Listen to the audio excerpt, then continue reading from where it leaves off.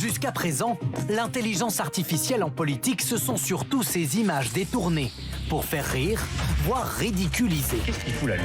Ou pour tromper, comme ces fausses unes sur Yael Braun-Pivet ou Jean-Luc Mélenchon. Mais aujourd'hui, l'intelligence artificielle ne sert plus seulement à fabriquer des images, elle peut aussi faire campagne. On vous explique comment.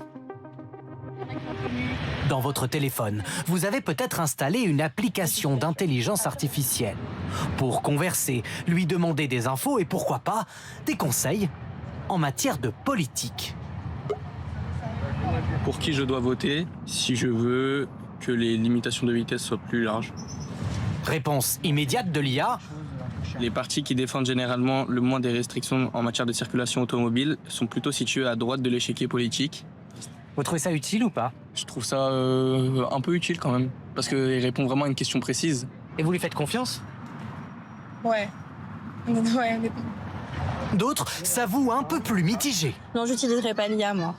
Moi non plus, mais je pense que je demanderais quand même à l'IA de me faire un résumé un peu, peut-être les 3 idées phares des programmes des candidats qui m'intéressent, ouais.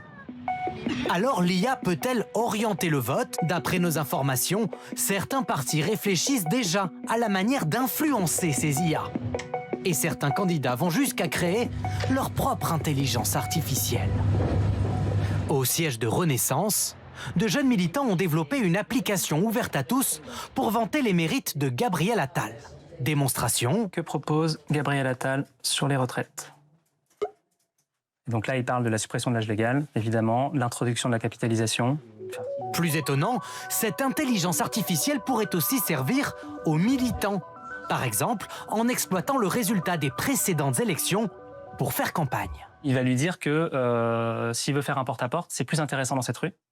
Et lui dire que dans cette rue-là, c'est pas très intéressant parce que... Sur la base des précédentes élections, mais aussi sur la base des données INSEE social-économiques. Le RN travaille lui aussi sur sa propre IA, un enjeu identifié par les partis et pour cause. Lors des élections municipales en mars dernier, 16% des Français avaient utilisé une IA pour faire leur choix, soit déjà un Français sur 6. Et quand vous regardez, sur 100 personnes qui ont utilisé l'IA pour se forger un avis, vous en avez un tiers qui a été amené à changer d'avis après avoir échangé avec un agent conversationnel. Donc forcément, dans le cas de la prochaine élection, c'est-à-dire l'élection présidentielle, il y aura un recours qui sera un recours beaucoup plus important à l'IA.